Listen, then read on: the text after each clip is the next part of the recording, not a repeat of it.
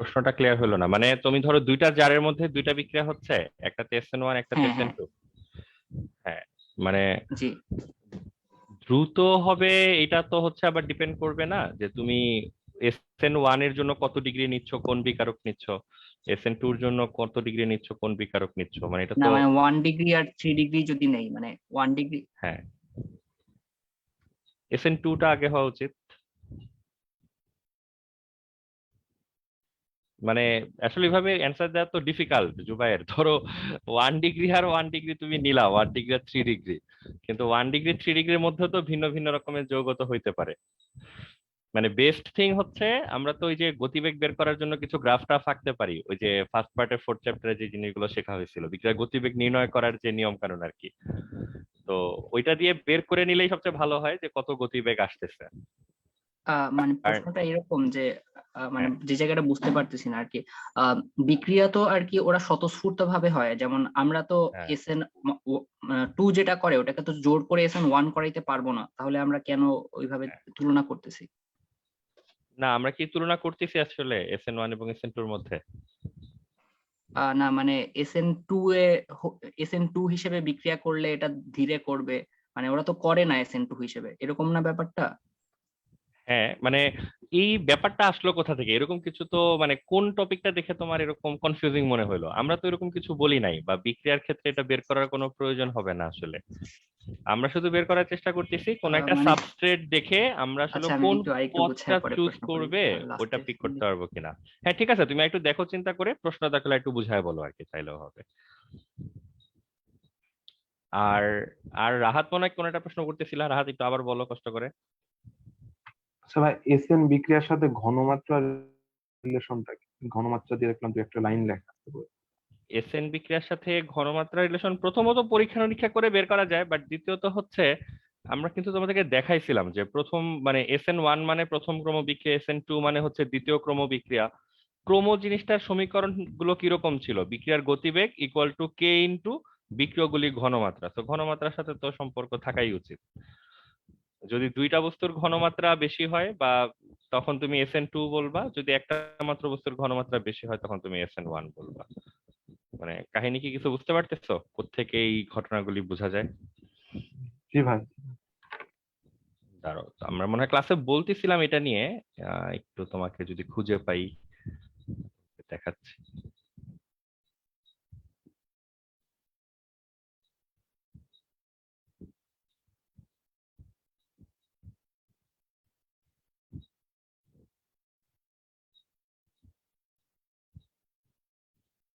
না, এখানে খুঁজে পাওয়া যাচ্ছে না। হ্যাঁ, খুঁজে পাওয়া গেছে আসলে, ওই যে এই জিনিসটার কথা বলতেছিলাম। বিক্রিয়ার গতিবেগকে তো আমরা ধরো এইভাবে লিখি, অতএব ঘনমাত্রার সাথে অবশ্যই সম্পর্ক থাকা উচিত, এটা হচ্ছে প্রথম কথা। আর দ্বিতীয় কথা হচ্ছে ধরো প্রথমটা যদি সাবস্ট্রেট হয়, অ্যালকাইল হ্যালাইড হয়, দ্বিতীয়টা ধরো তোমার নিউক্লিওফাইলটা, তো দুইটার ঘনমাত্রাই যদি সিগনিফিকেন্ট থাকে, উল্লেখযোগ্য থাকে, তাহলে এটা স্বাভাবিক যেটা SN2 এর দিকে যাওয়ার চেষ্টা করবে। আর যদি অ্যালকাইল হ্যালাইড বেশি থাকে পরিমাণে, আর নিউক্লিওফাইলটা কম থাকে বা উল্লেখযোগ্য পরিমাণে না থাকে, তখন দেখবা যেটা SN1 এর মতো মনে হবে, তবে SN1 এর পথে ধাবিত হবে। ওইটাই মনে হয় ঘুরায় পেঁচে একটু অন্যভাবে বলার চেষ্টা করছে আর কি, পরে দেখো, না বুঝলে আবার জিজ্ঞাসা করো। জি ভাই। ঠিক আছে, আপাতত আর কারো কোনো প্রশ্ন? বাসায় পড়লে কিন্তু ছোটখাটো প্রশ্ন থাকা উচিত, ইভেন যদি শুধু লেকচারের খাতাটাও পড়ে থাকো তাহলেও কিন্তু অনেক প্রশ্ন মাথায় আসা উচিত আর কি।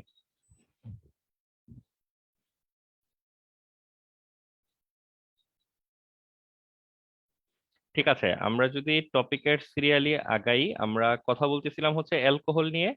অ্যালকোহল হচ্ছে পানির জাতক, এটা তোমাদেরকে বলা হয়েছিল। মানে কমন আইডিয়াটা হচ্ছে পানির হাইড্রোজেনকে যদি আমরা অ্যালকাইল দিয়ে রিপ্লেস করতে থাকি তাহলে আসলে অ্যালকোহল আসতে থাকে। দেন অ্যালকোহল 1 ডিগ্রি, 2 ডিগ্রি, 3 ডিগ্রি এরকম বিভিন্ন রকম হইতে পারে। অ্যালকোহলের প্রস্তুতি নিয়ে কথা হচ্ছিল, অলরেডি 4-5টা প্রস্তুতি নিয়ে ডিসকাশন হয়ে গেছে।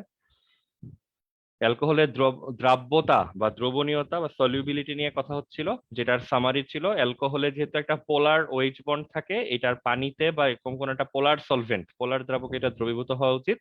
কিন্তু এখানে শর্ত সাপেক্ষে, শর্তটা ছিল যেহেতু অ্যালকোহলের পুরো যৌগটা পোলার না, শুধু ওই ফাংশনাল গ্রুপ বা কার্যকরী মূলকের অংশটা হচ্ছে পোলার, তার মানে বাকি যে অ্যালকাইল অংশটা বা নন পোলার যে অংশটা, এই পার্টটুকু আমাদের বিবেচনায় কনসিডারেশনে রাখা উচিত। আমরা যেটা বলতে চাচ্ছিলাম যে ছোট অ্যালকোহল যদি হয়, তার মানে অ্যালকাইল মূলকটা যদি রিলেটিভলি ছোট সাইজের হয়, তখন এগুলা খুব ভালো দ্রবীভূত হয় অ্যালকোহল গুলো পানিতে।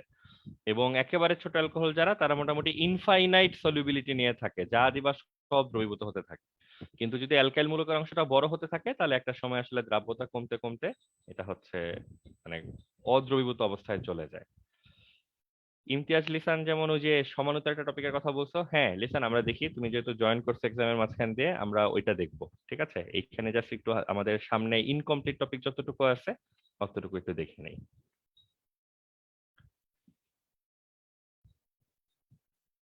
ঠিক আছে, এটা নিয়ে হচ্ছে কথা হচ্ছিল যে দ্রাব্যতা, তার মানে ছোট অ্যালকোহলের ভালো দ্রবণীয়, অ্যালকোহলের সাইজ যদি বড় হতে থাকে তখন হচ্ছে দ্রাব্যতা কমতে থাকবে, এবং একটা সময় বড় অ্যালকোহলের জন্য এটা দ্রবণীয় হবে না। এটাই ছিল হচ্ছে কথা।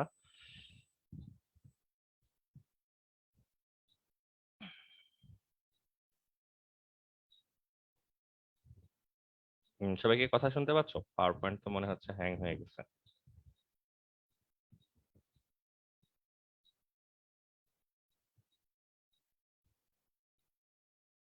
জি ভাইয়া, শোনা যাচ্ছে। আচ্ছা, ঠিক আছে।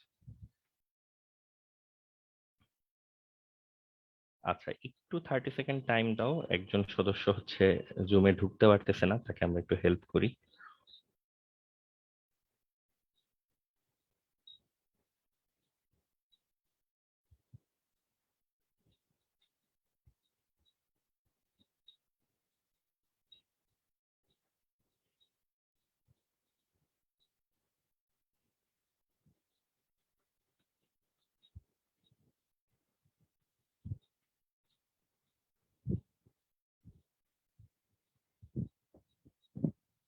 ঠিক আছে। আচ্ছা, বক্তিয়ার বলছে হচ্ছে গ্রুপে একটা প্রশ্ন দিয়েছিলা। ভাইয়া তোমার প্রশ্ন তো ভুলে গেছি, একটু কি বিষয়ক প্রশ্ন বলবা?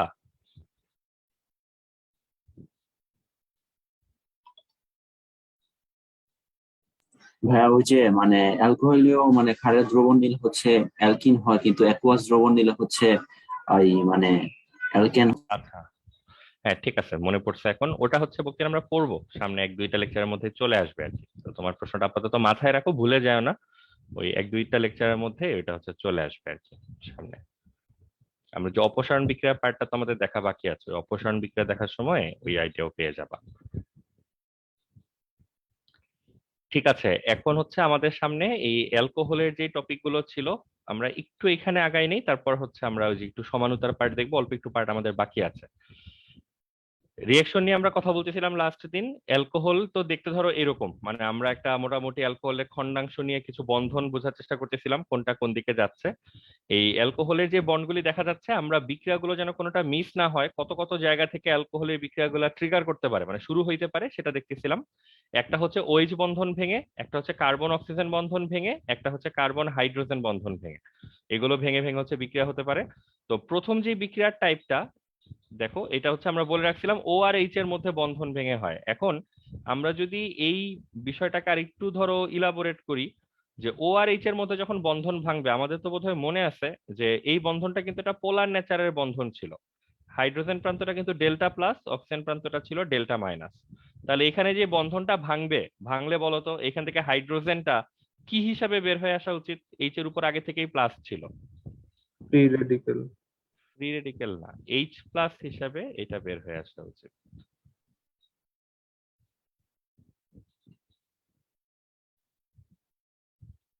ফ্রি রেডিকেলের কথা কেন মাথায় আসলো? ফ্রি রেডিকেল তো ভাঙে হচ্ছে যখন সুষম বিভাজন হয়। এখানে তো ইলেকট্রন আগে থেকেই দেখতেছে যে একপাশে সরে হাইড্রোজেনের দিকে চলে আসছে, অক্সিজেনের দিকে একটা শূন্যতা তৈরি হয়েছে, অতএব এখানে ফ্রি রেডিকেল হওয়ার কোনো চান্সই নাই। এই বন্ধন ভাঙলে ইলেকট্রন পুরোটাই হাইড্রোজেনে সরে আসবে এবং হাইড্রোজেন অংশটা এইচ প্লাস হিসেবে বের হয়ে আসবে। এখন যখন কোনো বস্তু থেকে এইভাবে এইচ প্লাস বের হয়ে আসে, তখন এইটাকে আমরা কোন নেচারের সাথে সিমিলার বলি, বা কোন নেচারের ইন্ডিকেশন ধরি? অ্যাসিড। এসিড ধর্ম। তার মানে এই যে প্রথম যে বিক্রিয়াটা, প্রথম যে ঘটনাটা ঘটবে, এই ঘটনাটার মাধ্যমে অ্যালকোহলের কোন ধর্ম প্রকাশ পায়? অ্যালকোহলের এসিড ধর্ম হচ্ছে প্রকাশ পায়। ঠিক আছে, তো আমরা বিক্রিয়া টিক্রিয়া উদাহরণে পরে আসি, আগে জাস্ট এই বিষয়টা মাথায় রাখি যে প্রথম যে বিক্রিয়াটা, এটা যে আমরা অ্যালকোহলের এসিড ধর্মের প্রমাণ পাবো।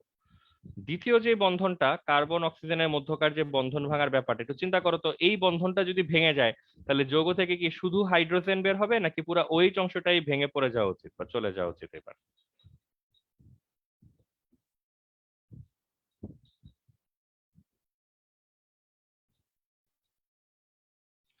তো যদি কখনো কার্বন এবং অক্সিজেনের মধ্যকার বন্ধনটা ভাঙে, মানে যে এই বন্ধনটা যদি ভেঙে যায়, তাহলে সামনে যা আছে পুরো অংশটাই খুলে ভেঙে চলে যাওয়া উচিত। তো এই বিক্রিয়াগুলোকে আমরা বলি হচ্ছে ওইচ প্রতিস্থাপনের বিক্রিয়া।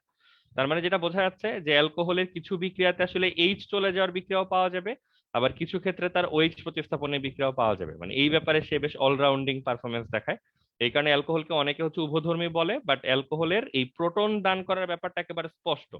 তো তুমি অ্যালকোহলকে উভধর্মীও বলতে পারো, আবার তুমি এসিড ধর্মীর পক্ষে এসে বেশি ঝুঁকে আছে এটা হচ্ছে বলতে পারো।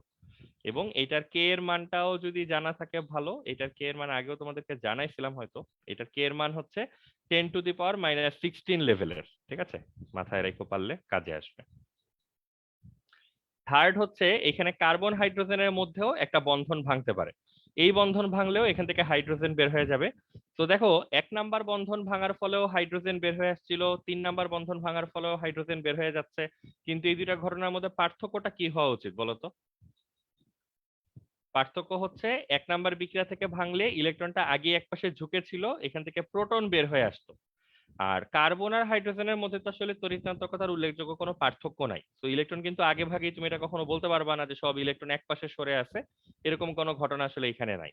তাহলে এবার যদি এই বন্ধনটা ভাঙে তাহলে এখান থেকে আসলে হাইড্রোজেন প্রোটন হিসাবে বের হবে না, আমরা যেটা বলতে পারি যে এখানে পুরো হাইড্রোজেন অণু হিসাবে বের হয়ে আসবে। বুঝছো, মানে পুরা এইচ হচ্ছে এবার বের হয়ে আসবে। তাহলে এই হচ্ছে 1 আর 3-এর মধ্যে পার্থক্য। এখন এটা কি আমরা বলতে পারি যে কোনো যৌগ থেকে যদি এভাবে হাইড্রোজেন বের হয়ে যায়, এই বিক্রিয়াকে কি নামে ডাকা হয়? বিজারণ। না, উল্টা বলছো, হাইড্রোজেন যুক্ত হওয়াকে বলে হচ্ছে বিজারণ বা রিডাকশন। তো হাইড্রোজেন চলে যাওয়াটা আসলে বেসিক্যালি হচ্ছে জারণ বা হচ্ছে অক্সিডেশন। ঠিক আছে, তো এই বিক্রিয়াটাকে আমরা আইদার জারণ বা অক্সিডেশন নামে ডাকতে পারবো, অথবা তুমি হাইড্রোজেন যুক্ত হওয়ার বিক্রিয়াটাকে অন্যভাবে আমরা হাইড্রোজিনেশন বলি, যেহেতু এখানে হাইড্রোজেন যুক্ত হচ্ছে না, বের হয়ে যাচ্ছে। এটাকে যে অপোজিট প্রসেস অনুযায়ী ডিহাইড্রোজিনেশন এটাও বলা যাবে। এই যে আমরা বিক্রিয়াগুলোকে একটু ডেসক্রাইব করার চেষ্টা করলাম, কিছু নতুন নতুন বৈশিষ্ট্য বের করার চেষ্টা করলাম, এগুলা বের করতে পারলে বিশেষ সুবিধা হচ্ছে বিক্রিয়া লেখার সময় দেখবা যে আমাদের খুব বেশি কিছু চিন্তা করতে হবে না। একটা বস্তুর এসিড ধর্ম প্রমাণের জন্য যে ধরনের বিক্রিয়া লেখা দরকার দেখবা আমরা ওই বিক্রিয়াগুলো লিখলেই কাজ হয়ে যাচ্ছে। একটা জারণ বিক্রিয়া লেখার নিয়ম ফলো করে জারণ বিক্রিয়া লিখলে অ্যান্সার পাওয়া যাবে, ডিহাইড্রোজেনেশনের প্রভাবক ব্যবহার করলে ডিহাইড্রোজেনেশনের বিক্রিয়াগুলো পাওয়া যাবে। তো জিনিসগুলো অনেকখানি সহজ হয়ে আসছে, কমন হয়ে আসছে, ঠিক আছে? যেমন র্যান্ডমলি ভাই বলো। ভাই হ্যাঁ, এখানে ফ্রি রেডিক্যাল হিসেবে বের হয়নি কেন হাইড্রোজেন? ফ্রি রেডিক্যাল হিসেবে তো বের এমনি এমনি একা একা বের হয় না, ওটা বের হওয়ার জন্য হচ্ছে তোমার আলট্রাভায়োলেট টাইপের জিনিসপত্র হচ্ছে লাগে। এখানে কখনো আলট্রাভায়োলেট দিয়ে আমরা বিক্রিয়া করবো না, যদি করি তাহলে ওখান থেকেও ফ্রি রেডিক্যাল হয়ে বের হবে, সমস্যা নেই। কিন্তু এটা তুমি কখনো দেখতে পাবো না, কারণ আমরা অ্যালকোহলের বিক্রিয়া আসলে কোনোটাই আলট্রাভায়োলেট দিয়ে করি না, এগুলো হচ্ছে আমরা ল্যাবে অন্য বিভিন্ন বিকারক দিয়ে করি। ওই বিকারক দিয়ে করি দেখেই আইদার তোমার অসম বিভাজন বা বিষম বিভাজন হয়ে H+ বের হয়। আর এই বন্ধনটা তো আসলে টেকনিক্যালি ভাঙতেই চায় না, কার্বন হাইড্রোজেনের মধ্যকার যে বন্ধনটা, এটা কিন্তু ভাঙা এত সহজ হবে না, এটা কিন্তু প্রচন্ড দৃঢ় বন্ধন, কারণ তোমার তড়িৎচঞ্চকতার পার্থক্য টার্থক্য কিছুই নাই। ইলেকট্রন মেঘ পুরো বন্ধন জুড়ে হচ্ছে বেশ সুষম প্রকৃতিতে থাকে। তো তুমি যদি এখানে খুব শক্তিশালী কোনো বিজারক বা জারক টাইপের, মানে জারণ বিজারণের কোনো প্রভাবক যোগ করো, তখন আসলে সে অনিচ্ছা সত্ত্বেও, বা ডিহাইড্রোজেনেশনের কোনো প্রভাবক যোগ করো, তখন বেসিক্যালি এই বন্ধনটা হচ্ছে ভাঙে। বুঝছো? কিন্তু তুমি যদি এটাকে ফ্রি রেডিক্যাল দিয়ে ভাঙার উপযোগী অবস্থায় নিয়ে যেতে পারো, আলট্রাভায়োলেট বা এরকম জিনিসপত্র যদি দাও, তখন এখান থেকে তুমি ফ্রি রেডিক্যাল পাবা আর কি। কিন্তু দেন এগেন ওই যে ওই কথাটা আসবে যে ফ্রি রেডিক্যাল তৈরি করা তো ধরো আমাদের কখনো টার্গেটের মধ্যে থাকে না, আমাদের তো টার্গেট থাকে বিক্রিয়াগুলা ঘটানো। তো ওই জন্য এখানে তুমি আলট্রাভায়োলেট উপস্থিতিতে কোনো বিক্রিয়া পাবাও না আলটিমেটলি। বুঝেছো বক্তিয়ার? বক্তিয়ার না, সরি, জুবায়ের।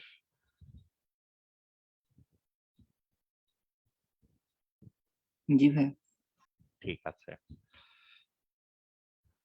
আর এইখানে হচ্ছে এখন জাস্ট তোমরা আমাকে আইডিয়া দাও, আমরা লিখবো পরে বা অন্য জায়গায় লিখবো, সেটা হচ্ছে কোন একটা বস্তু এসিড ধর্মী এটা তোমরা কিভাবে প্রমাণ করার চেষ্টা করো?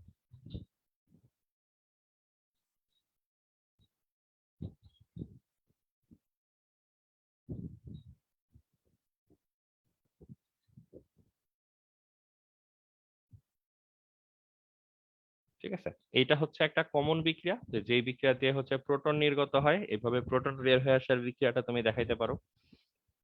এবং এটা যেহেতু খুব দুর্বল প্রকৃতির অ্যাসিড, উভমুখী তীর চিহ্ন দিয়েও দেখাইতে পারো, মার্ক করতে পারো এটা হচ্ছে সেই প্রোটন।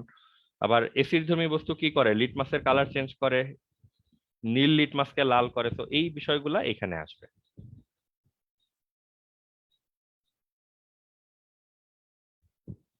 লিটমাসের কালার চেঞ্জ হবে। আর আরেকটা ইম্পর্টেন্ট তথ্য হচ্ছে যে তুমি অ্যালকোহলের মধ্যে যদি সোডিয়াম ধাতু যোগ করো, এটাকে তোমরা এসএসসি তে পড়ছো আমি জানি না, এটা হচ্ছে এতটাই ইম্পর্টেন্ট একটা বৈশিষ্ট্য যে অ্যালকোহলের শনাক্তকরণেও এই বিক্রিয়াটা ব্যবহার করা হয়। সমগোত্রীয় শ্রেণী বা হোমোলোগাস সিরিজের প্রপার্টি যখন বলতে হয় ডেসক্রিপশন, সেখানেও উদাহরণ হিসেবে এই কথাটা আসে যে একটা সমগোত্রীয় শ্রেণীতে মানে অ্যালকোহল গোষ্ঠীতে যত সদস্য আছে সবাই ধরো একটা কমন বৈশিষ্ট্য দেখাবে।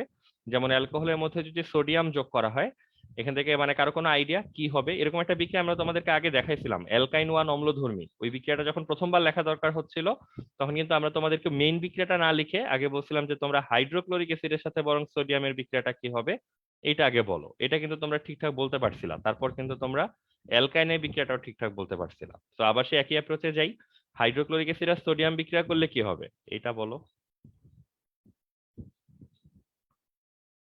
সোডিয়াম ক্লোরাইড এবং হচ্ছে হাইড্রোজেন, ঠিকঠাক বলতেছি তো? তাহলে একই জিনিস দেখো কি হবে, মেইন বস্তু থেকে প্রতিস্থাপন যোগ্য সাবস্টিটিউটেবল যে হাইড্রোজেনটা সেটা হচ্ছে সোডিয়াম দিয়ে রিপ্লেস হয়ে যাবে, আর যে হাইড্রোজেনটা বের হয়ে আসবে সেটা গ্যাস হিসাবে নির্গত হচ্ছে। একদম যদি মেইন কথা বলি, সারাংশ হচ্ছে এটা, প্রতিস্থাপনযোগ্য হাইড্রোজেনটা প্রতিস্থাপিত হয়ে যাচ্ছে, আর যে হাইড্রোজেনটা বের হয়ে আসতেছে সেটা গ্যাস হিসাবে নির্গত হচ্ছে। তাহলে এইখানে দেখো তো, এইখানে প্রতিস্থাপনযোগ্য হাইড্রোজেন কোনটা, এটা তো অলরেডি মানে খুঁজে পাওয়া গেছে, এইটা হচ্ছে আমাদের প্রতিস্থাপনযোগ্য হাইড্রোজেন, এই যে গোল করা হাইড্রোজেনটা। তাহলে সোডিয়াম এসে কি করা উচিত, এই হাইড্রোজেনটাকে প্রথমে সাবস্টিটিউট করা উচিত, তাহলে RONA এরকম একটা যৌগ তৈরি হবে, আর যে হাইড্রোজেনটাকে বের করে দেওয়া হলো সেটা হচ্ছে এরকম গ্যাস হিসেবে নির্গত হবে। ঠিক আছে, তাহলে দেখো এই দুইটা বিক্রিয়ার মধ্যে তো টেকনিক্যালি কোনো ভাইয়া, পার্থক্যই নাই। বলো। ফুল ওএইচটাকে রিপ্লেস করলো না কেন? ফুল ওএইচ কে সোডিয়াম কেন রিপ্লেস করবে? ওএইচ তো হচ্ছে ক্ষার ধর্মিতার প্রতীক, সোডিয়াম নিজেও তো ক্ষার ধাতু, একটা ক্ষার তো আর আরেকটা ক্ষারকে প্রতিস্থাপন করবে না, বিক্রিয়া তো করবে এসিডের সাথে ক্ষার। মানে তোমার প্রশ্নটা পুরো ক্লিয়ার না, মানে এখানে হাইড্রোক্লোরিক, তুমি নিচের বিক্রিয়াটাই আগে দেখো, উপরের বিক্রিয়াটা পরে দেখলেও চলবে। নিচের বিক্রিয়া কি এটা বুঝছো যে এখানে এইচ প্লাস বা প্রোটনটাকেই যে আসলে সোডিয়ামে রিপ্লেস করার কথা ছিল? এইখানে জি ভাই। হাইড্রোজেনটাকে যেই কারণে যেইভাবে যেই মেকানিজমে প্রতিস্থাপন করছে, এইখানে একেবারে এক্সাক্ট একই নিয়মে একই কারণে একইভাবে প্রতিস্থাপন করতেছে আর কি, এটা হচ্ছে মূল বিষয়। হ্যাঁ, জুবাইর মনে হয় কিছু বলতেছিল। জুবাইর, প্রথম লাইনটায় ওইটাকে জলীয় দ্রবণে বোঝানো হয়েছে। প্রথম লাইনে আমাদের জলীয় দ্রবণ হলেও হয় না হলেও হয়, আমাদের তো যে ব্রনস্টেডের থিওরি আছে না, যে আমাদের তো জলীয় দ্রবণ ছাড়াও তার এরকম প্রোটন দান করতে পারা উচিত। জলীয় দ্রবণে ওএইচ দান করার মানে দান করে না কেন তাহলে? মানে যদি পানি মিশ্রণ করি অ্যালকোহলের সাথে, ওরা কি এইচ দান করবে নাকি ওএইচ দান করবে? না, এইচই দান করবে, মানে এই এইচ প্লাসটা পানি যোগ করলে তার ডিফারেন্ট কিছু হয় না, পানি যোগ করলে এই এইচ প্লাসটা হচ্ছে পানির সাথে বিক্রিয়া করে H3O+ টাইপের আয়নে কনভার্ট হয়ে যাইতো।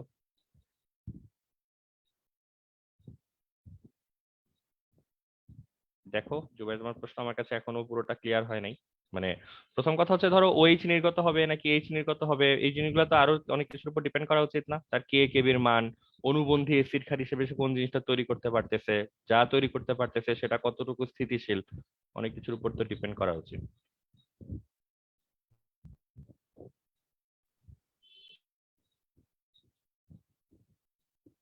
ঠিক আছে, দেখো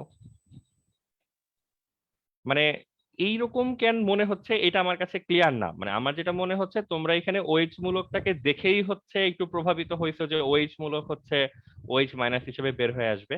এটা তো বুঝতে হবে, আর ওএইচ আর NaOH তো একই রকম জিনিস না আসলে। এখানে তো তোমার ওএইচ পার্টটুকু ধরো পুরো একটা সোডিয়াম আয়নের সাথে হচ্ছে যুক্ত, আর এখানে তো সে এরকম আয়ন না, সে একটা মূলক হিসাবে আর একটা সমযোজী অংশের সাথে হচ্ছে যুক্ত।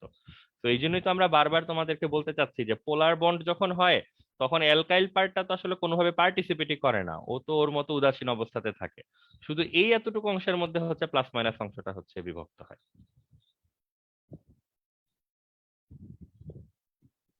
ভাই আর কি ভাবতেছিলাম যে ওএইচ তো নিজেই প্রতিস্থাপিত হয়ে এসেছে, তাই ও কি না, মানে হচ্ছে একটা পয়েন্ট হচ্ছে ওই যে ধরো যদি যে পয়েন্টটা বলতেছো যে ওইচ এর প্রতিস্থাপন ওই রকম বিক্রিয়া কিন্তু হবে, কিন্তু ওই যে সেকেন্ড বিক্রিয়া গুলো, বাট ওই বিক্রিয়ার জন্য তো তোমাকে ওইটাকে সরানোর মতো কোনো একটা বিকারক আনতে হবে। তুমি ধরো বিকারক নিচ্ছ এমন যেটা ধরো মানে এসিড ধর্ম প্রকাশক, আর তুমি মানে বিক্রিয়া দেওয়ার সময় আবার আশা করতেছো ওই চলে যাওয়ার, এইটা তো হবে না আর কি। ওই জায়গায় স্পেসিফিক থাকতে হবে। ধরো তুমি, আমরা যদি বলি আমরা এখানে সোডিয়াম কেন নিচ্ছি, মানে তুমি অন্যভাবে চিন্তা করো, আমরা তো র্যান্ডমলি জিনিসপত্র নিচ্ছি না। আমরা সোডিয়াম নিচ্ছি আগেই হেডলাইনে বলেই রাখছি যে আমরা এমন বিকারক নিচ্ছি যে শুধু এই বন্ধনটা ভাঙতে আমাদেরকে হেল্প করবে বা এসিডের মতো বিহেভ করবে। দেন আমরা মেইন বিক্রিয়াটা লেখার আগে আগে তোমাকে দেখাচ্ছিও যে একটা এসিডের সাথে যদি সোডিয়াম পড়ে সে কিভাবে বিক্রিয়া করে। তো এখান থেকে ওই আইডিয়া হওয়া উচিত তোমাদের যে সোডিয়াম জিনিসটাকে এখানে প্রতিনিধি হিসেবে পাঠানোই হচ্ছে তার এসিড ধর্মটা হচ্ছে এক্সপ্লোর করার জন্য। ওর যদি এসিড ধর্ম না থাকতো, প্রোটন দেওয়ার ক্ষমতা যদি না থাকতো, তাহলে এই বিক্রিয়াটা আসলে ওখানে হইতোই না।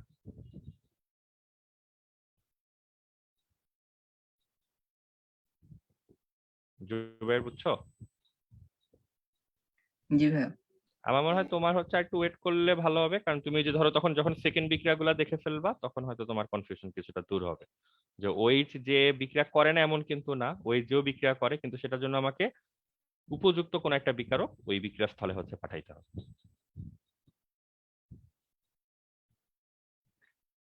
ঠিক আছে, তাহলে এটা হচ্ছে একটা ইম্পর্টেন্ট বিক্রিয়া যেটা দিয়ে প্রমাণিত হয় বা ইন্ডিকেশন পাওয়া যায় যে অ্যালকোহল আসলে অম্লধর্মিতার প্রকাশক। এখানে অম্লধর্মিতার ক্রম আসে, অম্লধর্মিতার ক্ষেত্রে অ্যালকোহলের ক্রম।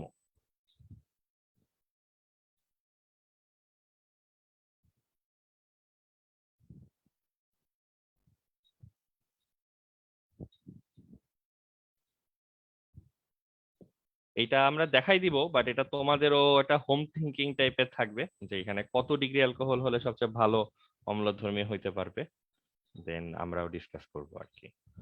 আর এখানে অম্লধর্মিতা প্রকাশের আরেকটা বিক্রিয়া হচ্ছে দেখতে পারলে ভালো, এটা বোধহয় তোমরা এসএসসি তেও দেখছো।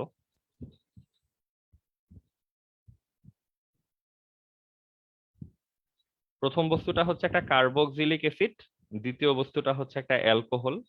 এই দুইটা বস্তুকে যদি বিক্রিয়া করানো হয় হাইড্রোক্লোরিক অ্যাসিড টাইপের কোনো অ্যাসিডের উপস্থিতিতে, তাহলে এই বিক্রিয়া থেকে কি উৎপন্ন হয় কারো মনে টনে আছে নাকি? হ্যাঁ, জিদান বখতিয়ার তো খুব তাড়াতাড়ি অ্যান্সার দিছো। এখান থেকে হচ্ছে এস্টার আর পানি তৈরি হবে। এটা হচ্ছে ধরো এস্টার তৈরি করার সবচেয়ে ফেমাস বিক্রিয়াগুলোর মধ্যে একটা। এই বিক্রিয়াটার নামই হয়ে গেছে হচ্ছে এস্টারিফিকেশন।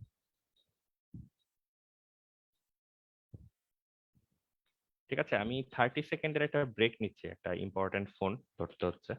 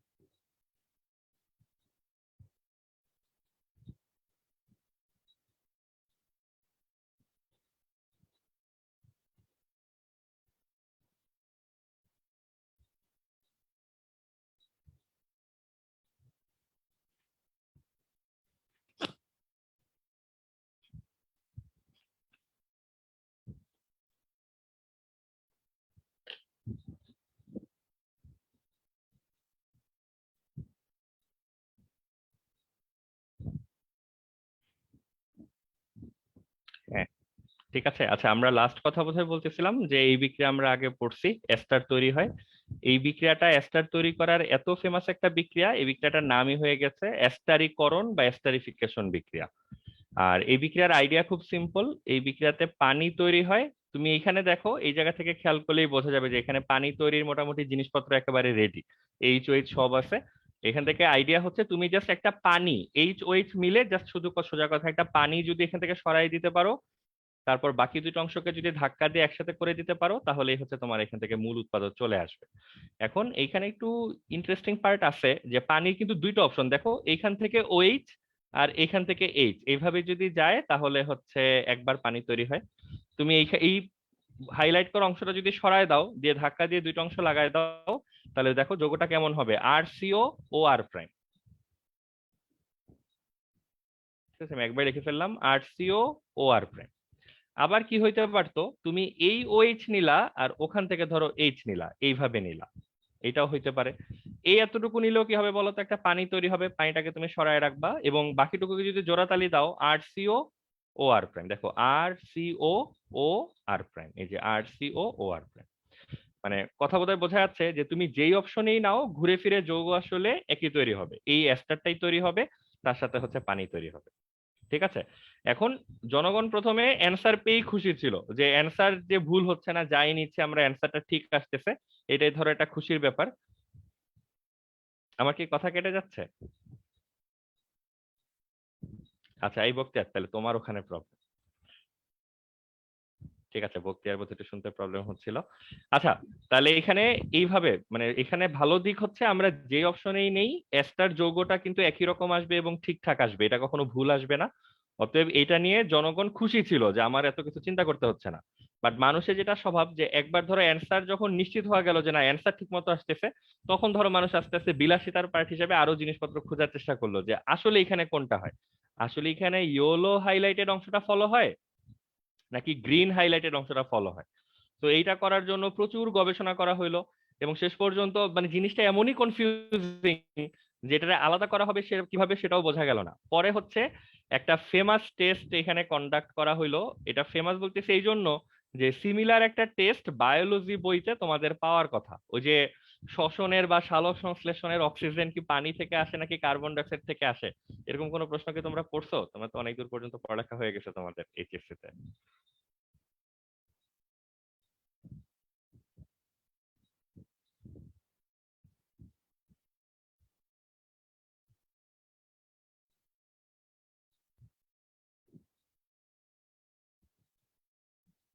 আমি কি উল্টাপাল্টা বলতেছি? মানে শ্বসনের অক্সিজেন বা সালোক সংশ্লেষণের অক্সিজেন আমার নিজের আসলে মনে নাই স্পষ্ট, বাট এইটার সাথে যে অক্সিজেনটা, হ্যাঁ এরকম একটা প্রশ্ন তো থাকে না যে এই অক্সিজেনটার সোর্স কি, এই অক্সিজেন কি পানি থেকে আসে নাকি কার্বন ডাইঅক্সাইড থেকে আসে? তোমরা একটু সারা শব্দ দিলে ভালো হয়। তোমরা কি এই প্রশ্ন বা প্রশ্নের উত্তর শুনছো কিনা কখনো?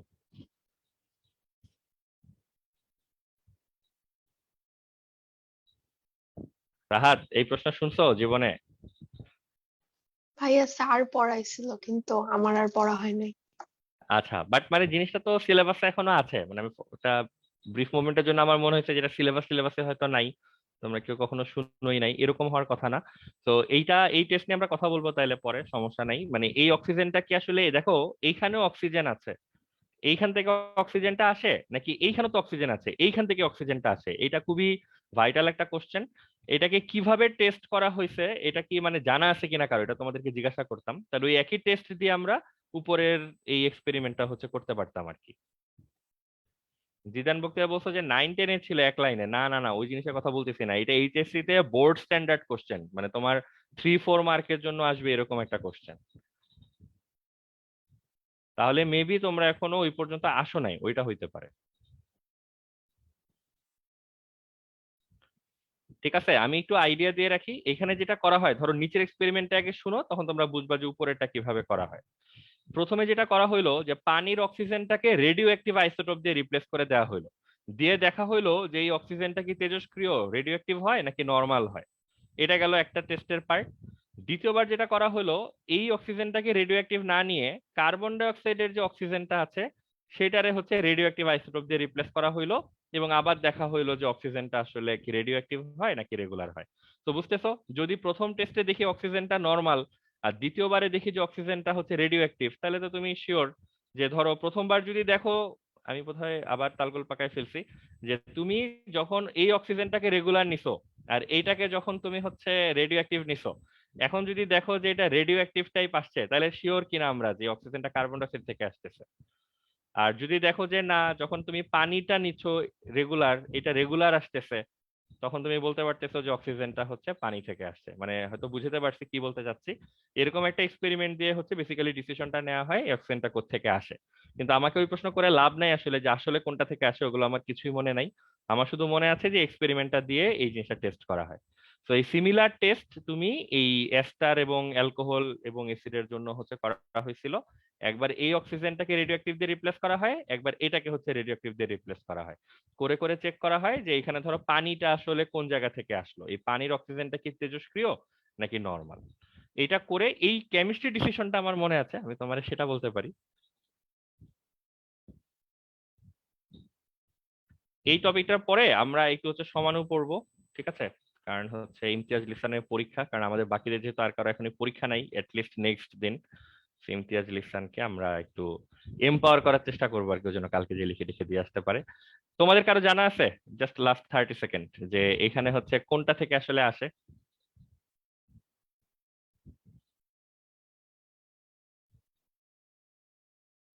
এটা হচ্ছে ওই যে আরেকটা মিসলিডিং পার্ট, কাউকে কমন সেন্সের উপরে বেসিস করে এখান থেকে অ্যান্সার দিতে বললে 98% কেসে হচ্ছে অ্যান্সার ভুল হয়। দেখো প্রশ্নটা হচ্ছে এসিড এবং অ্যালকোহলের কে হাইড্রোজেন পার্টটুকু দেয় আর কে ওএইচ পার্টটুকু দেয়, এই দুইটা মিলে হচ্ছে আমাদেরকে ডিসাইড করতে হবে যে পানিটা কিভাবে তৈরি হয়। বলো এইখানে ইয়েলো হাইলাইটেড পার্টটা ঠিক আছে নাকি গ্রিন হাইলাইটেড পার্টটা ঠিক আছে? কমন সেন্স তো বলে ভাইয়া সবুজটা হবে। হ্যাঁ, মানে এটাই ওই যে ব্যাপার, যে কমন সেন্স থেকে সবসময় মনে হবে যে গ্রিনটা ঠিক আছে, এসিড মাত্রই প্রোটন দেয়, এসিড এইচ দিবে, অ্যালকোহল এইচ দিবে। কিন্তু এখানে ওইটাই বললাম যে ওইটাই 98% কেসে হচ্ছে ঝামেলা। এইখানে এসিড থেকে হচ্ছে ওএইচ পার্টটা আসে, আর অ্যালকোহল থেকে হচ্ছে এইচ পার্টটা আসে। এবং এটা একটা ডিটেল এক্সপ্লেনেশনও আছে, একটা মেকানিজমও আছে। এইচএস এর বইটা দেয়া থাকে, যদিও এইচএস এর সিলেবাসে নাই। যদি আমাদের সময় সুযোগ থাকে, সিলেবাস অবশ্যই এটা নাই আর কি, তোমাদের শর্ট সিলেবাসে তো আরো নাই। তো তারপরও আমরা ধরো জিনিসটা একটু দেখার চেষ্টা করবো হয়তো আর কি একটা সময়, যে কিভাবে এটা হয়। ইভেন যদি এইচএসসি তে নাও দেখে, তোমার পরের ক্লাসগুলোতে হচ্ছে থাকবে আর কি এটা দেখার জন্য। বাট আমাদের এই পর্যন্ত ইনফরমেশন কিন্তু অবশ্যই মাথায় রাখতে হবে, ফার্স্টলি জানা থাকতে হবে এখানে আমরা যাই নেই অ্যান্সার ঠিক আসবে, এটা নিয়ে যেন আমাদের কারো মানে কোনো কেউ ওরিড না হই। আর সেকেন্ডলি এমসিকিউ এর জন্য এই ইনফরমেশনটা ভয়াবহ রকমের ইম্পর্টেন্ট হবে। তো এটাও যেন সবাই একটু মাথায় রাখি। এবং এটা মাথায় রাখলেও কাজ হবে যে কমন সেন্স থেকে যা আসে তা দেওয়া যাবে না, এখানে অন্যটা হয়। ঠিক আছে। আচ্ছা, আমরা সমানতা নিয়ে এর আগে কোন একটা টপিকের ফাঁকে একটু কথা বলতেছিলাম। বিষয়টা ছিল এরকম যে সমানতাকে আমরা দুই ভাগে ভাগ করছিলাম, একটা হচ্ছে 9-10 এর সমানতা, একটা হচ্ছে এইচএসসি এর সমানতা। 9-10 এর সমানতাটা ছিল হচ্ছে গাঠনিক সমানতা, আমরা 5 ভাগে ভাগ করছিলাম, ওই যে শিকল সমাণু, কার্যকরীমূলক সমাণু, অবস্থান সমাণু, টটোমারিজম, মেটামারিজম, এরকম কিছু জিনিস দিয়ে আমরা ওই পার্টটাকে হচ্ছে কভার করছিলাম। তো ওই পার্টটুকুর মেইন মানে ওই পার্টটুকু বলতে হচ্ছে এই জন্য তুলনাটা ঠিক মতো বোঝার জন্য, যে ওই পার্টের সমানতার মূল বক্তব্য ছিল আণবিক সংকেত, মলিকুলার ফর্মুলা হচ্ছে সেম হবে, যেমন C6H5O এরকম একটা সংকেত কমন থাকবে। বাট তুমি যখন স্ট্রাকচারালি বা গাঠনিকভাবে এই জিনিসটাকে লিখতে যাবা, তখন এক একবার এক এক চেহারায় হচ্ছে এই যৌগটা হচ্ছে আসতে থাকবে। ঠিক আছে। তো এটা হচ্ছে একটা ইম্পর্টেন্ট ব্যাপার ছিল, যে সমানুতার পার্টটা খুব ভিজিবল ছিল, যে হ্যাঁ আমার আণবিক সংকেত সেম, কিন্তু যখন আমি লিখতে যাই তখন কিন্তু এক একটা এক এক রকম গঠনে আসে। তো ওখান থেকে হচ্ছে জিনিসটা ক্লিয়ার করা যায় যে দুইটা যৌগ ডিফারেন্ট, এবং দুইটা যৌগ ডিফারেন্ট বাট আবার আণবিক সংকেত সেম বা মলিকুলার ফর্মুলাটা হচ্ছে সেম। তো তুমি এই কাঠামোগুলাকে সমাণু বলতা। এইটার পরে একটু কমপ্লেক্স নেচারের একটা সমানুতা ছিল, যেই সমানুতাটার বৈশিষ্ট্য ছিল যাদের আণবিক এবং গাঠনিক উভয় সংকেতই সেম।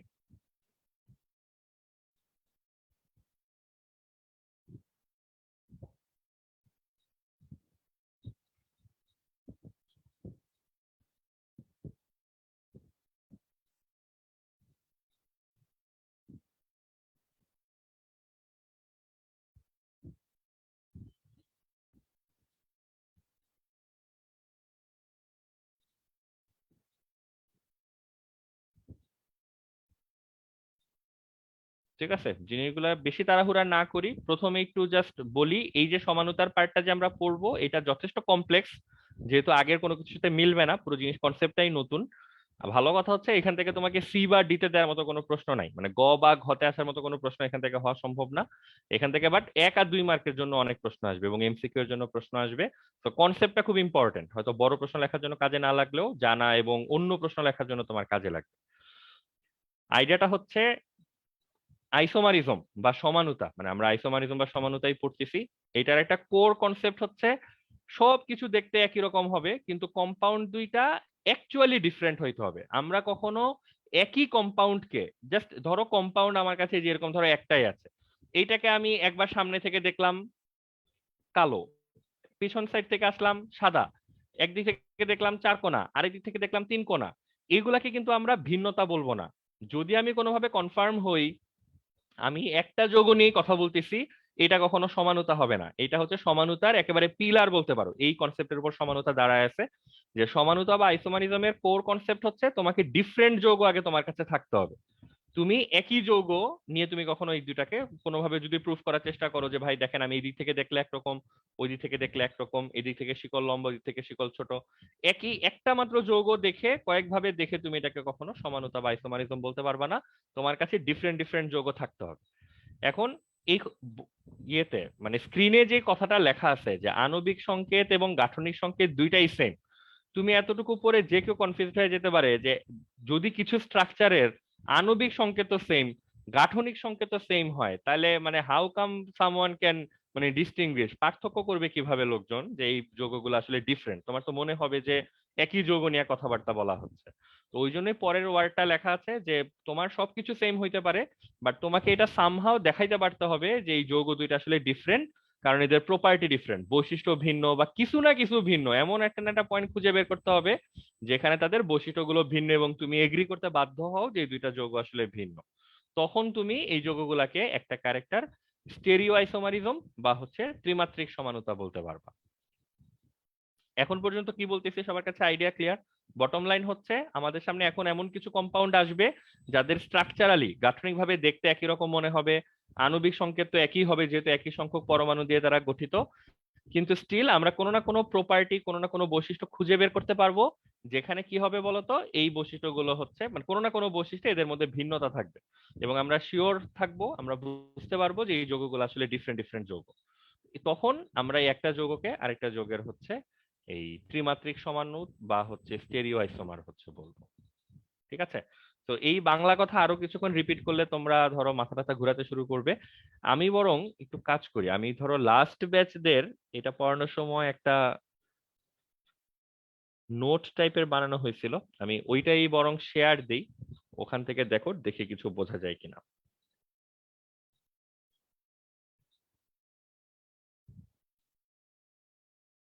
দেখা যাচ্ছে এখন? হ্যাঁ ভাই। আচ্ছা, তো এখানে যেহেতু মোটামুটি জিনিসপত্র রেডি করা আছে, এখানে যা যা লেখা এগুলো একটু সবাই দ্রুত গতিতে দেখতে থাকো, আমি এই নোটটা তোমাদেরকে দিয়ে দিব। এটা থেকে ক্লিয়ারলি এই জিনিস আর বলা বা লেখা আসলে সম্ভব না, বইপত্র এত ক্লিয়ারলি লেখা থাকে না, এটা অন্য বিভিন্ন বইপত্র নোট টোট মিলে হচ্ছে এটা করা হয়েছিল। আচ্ছা, আমরা মনে হয় আগে আরেকটু কথাবার্তা বলে আসলে ভালো হইতো যে আমরা এই যে স্টেরিও সমাণু বা ত্রিমাত্রিক সমাণু যে আছে এটাকে আবার আমরা 2 ভাগে ভাগ করে রাখছিলাম ডিসকাশনের সুবিধার্থে, আগেরটাকে যেমন আমরা 5 ভাগে ভাগ করছিলাম।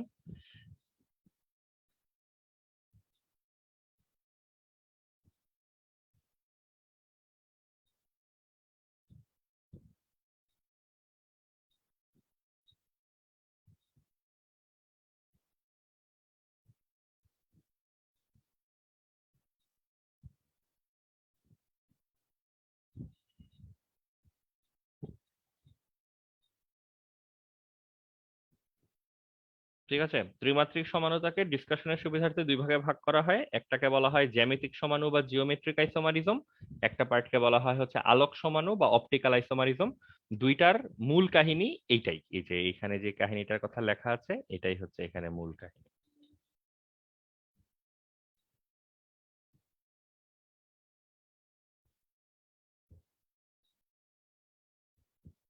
এই যে প্রপার্টি ডিফারেন্ট হবে, কিন্তু তার আণবিক এবং গাঠনিক সংকেত একই হবে। এখন হচ্ছে আমরা ওই যে সেই জ্যামিতিক সমাণু যেই পার্টটা, এই জিওমেট্রিক আইসোমারিজম, এই পার্টটা হচ্ছে আগে দেখবো আর কি। এটাই তোমাদেরকে আমরা শেয়ার দিচ্ছিলাম।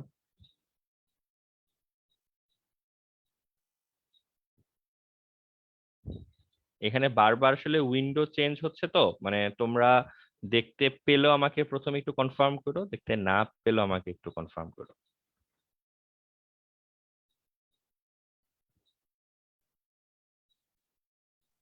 এখন কিছু দেখা যাচ্ছে না। আচ্ছা,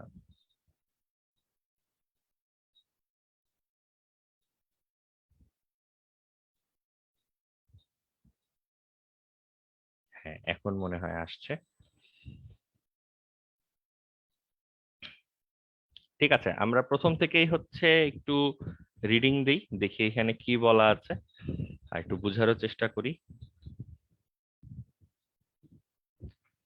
The atoms making up the isomers are joined up in the same order but still manage to have different spatial arrangement. এই কথার মানে হচ্ছে যেই পরমাণুগুলো মিলে তোমার যৌগ গঠন করে, তোমার দেখে মনে হবে এই পরমাণুগুলোই, ধরো কার্বনের বামে একটা কার্বন একটা হাইড্রোজেন, সরি একটা ক্লোরিন একটা হাইড্রোজেন, আরেক কার্বনের পাশে একটা ক্লোরিন একটা হাইড্রোজেন, মানে তুমি খোলা চোখে দেখলে তোমার কাছে মনে হবে জিনিসপত্রগুলা একই রকম, কিন্তু কে কোথায় আছে মানে বিন্যস্ত কিভাবে, এইটা হচ্ছে এই ধরনের সমাণুর জন্য important. Geometric isomerism is a form of stereo isomerism. জ্যামিতিক সমাণু হচ্ছে এই স্টেরিও সমাণু বা ত্রিমাত্রিক সমানুতার একটা পার্ট। এই জ্যামিতিক সমানুতার আরেকটা নাম হচ্ছে সিস ট্রান্স আইসোমারিজম। যারা বইপত্র খুলছো তারা এই সিস এবং ট্রান্স এই দুটো শব্দ বোধহয় তোমাদের চোখে পড়ছে। সিস মানে সেম, ট্রান্স মানে হচ্ছে অপোজিট, এগুলো আমরা আসবো আস্তে আস্তে। প্রথমে দেখো বলতেছে এই যে সিস ট্রান্স যে সমানুতাটা, এটার আসলে অরিজিনটা কোত্থেকে, মানে কিভাবে আমরা বুঝি যে সিস ট্রান্স সমাণু নামে কোনো একটা সমাণু দুনিয়াতে এক্সিস্ট করবে, কোন ধরনের সমাণুকে আমরা সিস ট্রান্স সমাণু বলবো, এই জিনিসটা নিয়ে প্রথমে ডিসকাশন হচ্ছে। Think about what happens in molecules where there is unrestricted rotation about carbon-carbon bonds. In other words, where the carbon-carbon bonds are all single. দেখবা বইতে একটা কথা বলা আছে যে এই যে জ্যামিতিক সমানুতা বা সিস ট্রান্স সমানুতা, এটার উৎপত্তি হয় মানে কখন কোথায় পাওয়া যায়, পাওয়া যায় হচ্ছে যেখানে, একটু লিখেই দিই বাংলায়,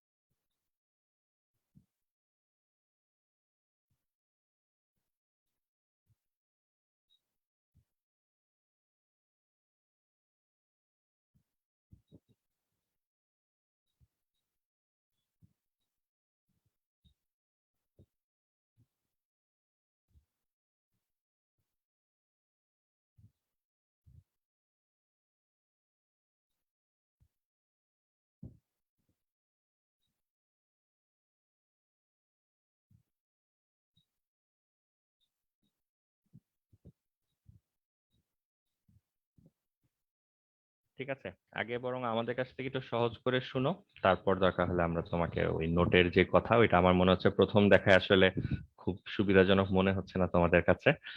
তো এই যে সিস ট্রান্স যে সমানুতাটা, এটা এভাবে বলা হয় যে কার্বন কার্বন বন্ধনের যে অক্ষ বা কার্বন কার্বন যে বন্ধন, এই বন্ধনে যদি মুক্ত ঘূর্ণন, ইংলিশ এটাকে ফ্রি রোটেশন বলে, মুক্ত ঘূর্ণনের দুইটা কেস পসিবল, হয় মুক্ত ঘূর্ণন সম্ভব অথবা মুক্ত ঘূর্ণন সম্ভব না।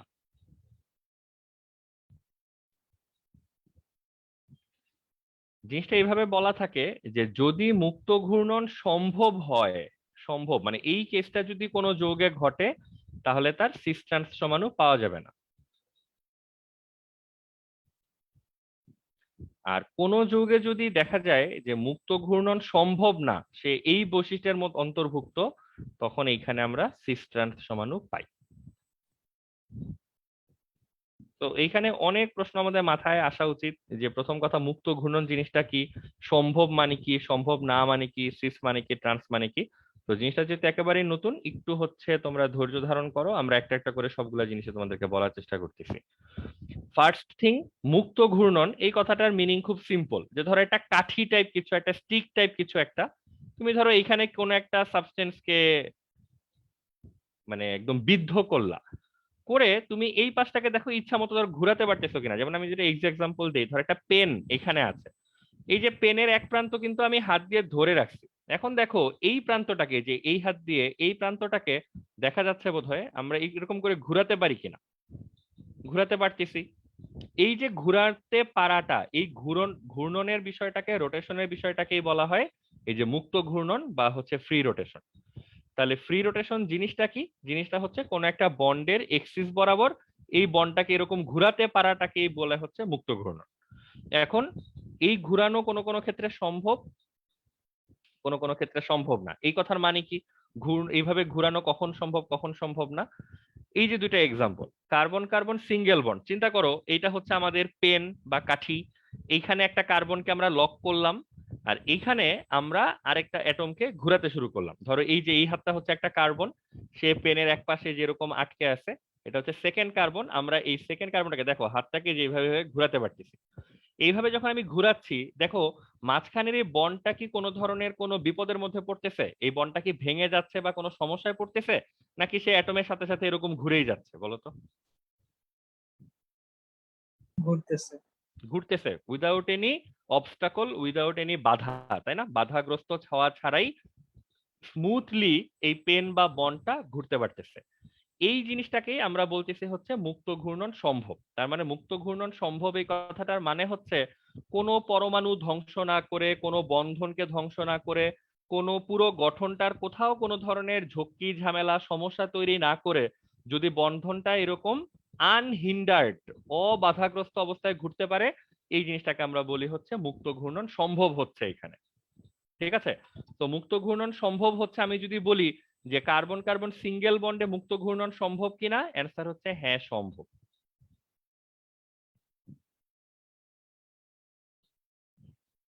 এইবার এই একই জিনিসটা দেখো তো কার্বন কার্বন ডাবল বন্ডের জন্য যদি আমরা চেক করি।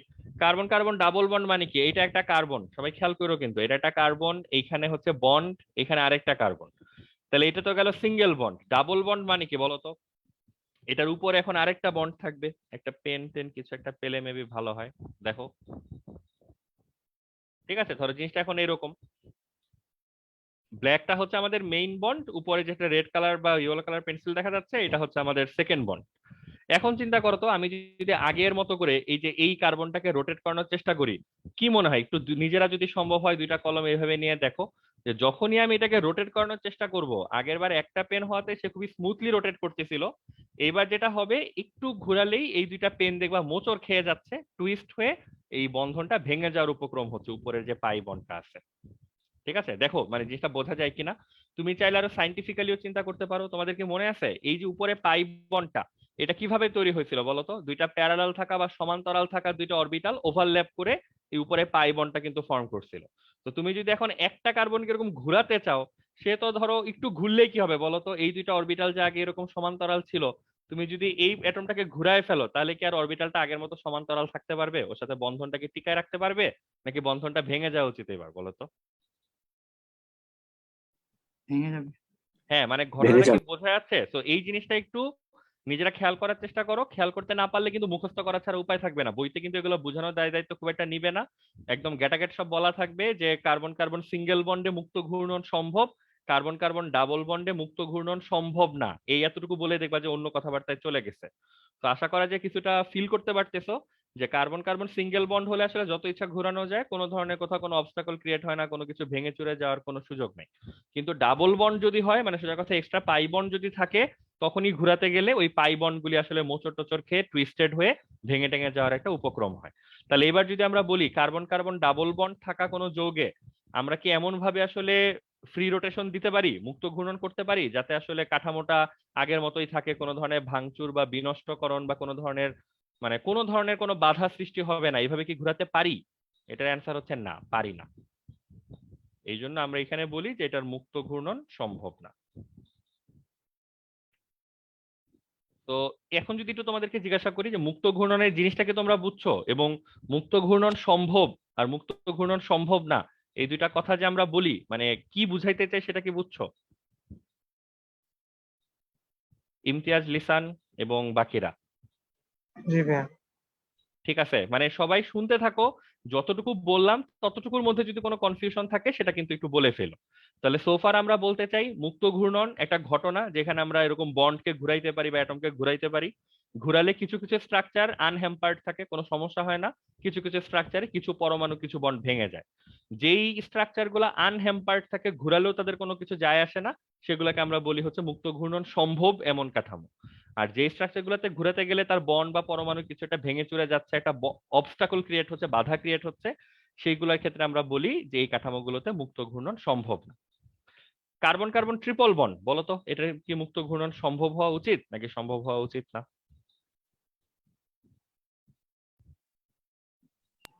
সম্ভব না।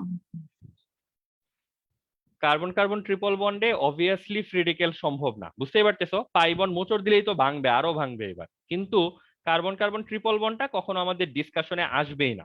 ডিসকাশনে না আসার কারণ হচ্ছে কার্বন কার্বন ট্রিপল বন্ডের পর কার্বনের বন্ড বাকি থাকে মাত্র হচ্ছে একটা। তো এইখানে আসলে যখন আমরা সমাণু তৈরি করি তখন আসলে কোনো ধরনের কনফিউশন ক্রিয়েট হওয়ার সুযোগ পায় না। কারণ একটা মাত্র পরমাণু যদি তুমি ডানে বামে রাখতে পারো, আমরা তোমাকে দেখাবো পরে যে ডাবল বন্ডের ক্ষেত্রে কিন্তু এই ঝামেলাটা নাই। ট্রিপল বন্ডে একটা মাত্র পরমাণু অবশিষ্ট থাকে দেখে এখানে আসলে অপশনই খোলা থাকে না। তো এই জন্য ট্রিপল বন্ডের কম্পাউন্ড নিয়ে আমরা আসলে এই যে স্টেরিও আইসোমারিজম বা জ্যামিতিক সমানতা যেটা বলতেছি, সেখানে এই ট্রিপল বন্ডের জিনিসপত্র নিয়ে আলোচনাই হয় না আসলে। ঠিক আছে, এটা আমরা একটু ডিটেলে বুঝবো, মানে আপাতত মাথায় রাখো যে ট্রিপল বন্ড নিয়ে আমরা ডিসকাস করি না। আরো 5 মিনিট কথা বলার পর তোমার কাছে আরেকটু ক্লিয়ার হবে যে কেন আসলে আমরা ট্রিপল বন্ড নিয়ে এখানে ইন্টারেস্টেড না। তো আপাতত যদি বলি, সিঙ্গেল বন্ড ডাবল বন্ডের মধ্যে সিঙ্গেল বন্ড অপশনের বাইরে, ট্রিপল বন্ড অপশনের বাইরে। একমাত্র মুক্ত ঘূর্ণন সম্ভব না এমন যৌগ পাওয়া যাচ্ছে কার্বন কার্বন ডাবল বন্ডের ক্ষেত্রে। আর এই যে সমানুতার কথা আমরা বলতেছি, সিস ট্রান্স সমানুতা, cis trans isomerism,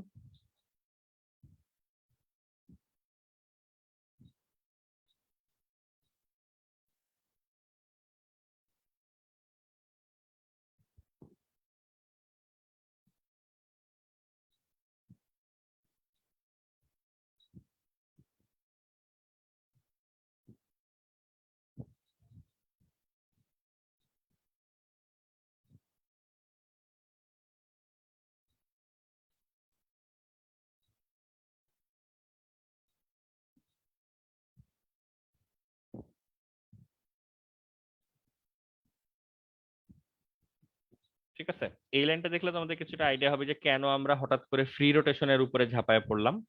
cis trans বা জিওমেট্রিক আইসোমারিজম,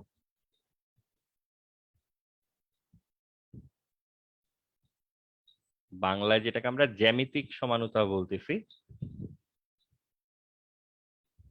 এই সমানুতার ক্রাইটেরিয়া কারাই সমানুতা দেখাতে পারবে, এটার বৈশিষ্ট্য হচ্ছে ফ্রি রোটেশন পসিবল না এমন যৌগে এই সমানুতা দেখা যায়।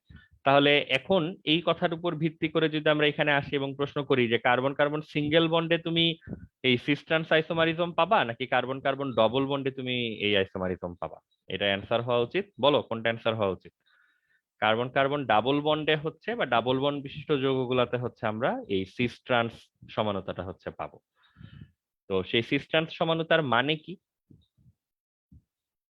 ধরো আমরা ডাবল বন্ডের একটা যৌগ নিলাম,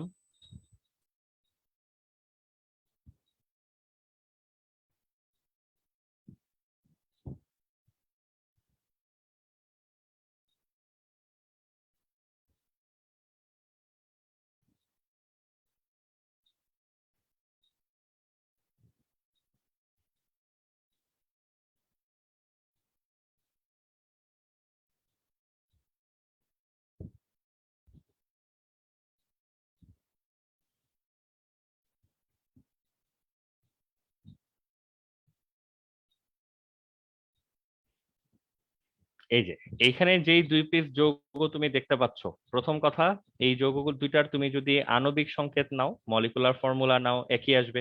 দুইটা কার্বন, দুইটা এ দুইটা বি, দেখো তো C2A2B2, এই সংকেত দিয়ে তুমি এটাকেও কভার করতে পারো, এটাকেও কভার করতে পারো। তার মানে মলিকুলার যে ফর্মুলা, আণবিক যে সংকেত, সেটা দুইটার সেম। এবার আসে স্ট্রাকচারাল ফর্মুলা। স্ট্রাকচারাল ফর্মুলা ধরো তুমি একটা কম্পাউন্ডকে যে এইভাবে লিখলা, প্রথমটার মতো চিত্র 1, দ্বিতীয়টার মতো করে লিখলা, এটা হচ্ছে চিত্র 2। বলতো এইটাকে তো আমরা গাঠনিক সংকেত বলি, স্ট্রাকচারাল ফর্মুলা বলি। সেই হিসাবে আমরা তোমাদের সুবিধার্থে এটাও একটু জানাই তোমাদেরকে যে এখানে আমরা আসলে গাঠনিক সংকেতের সংজ্ঞাটা আসলে কি, স্ট্রাকচারাল ফর্মুলা বলতে আমরা কি মিন করি।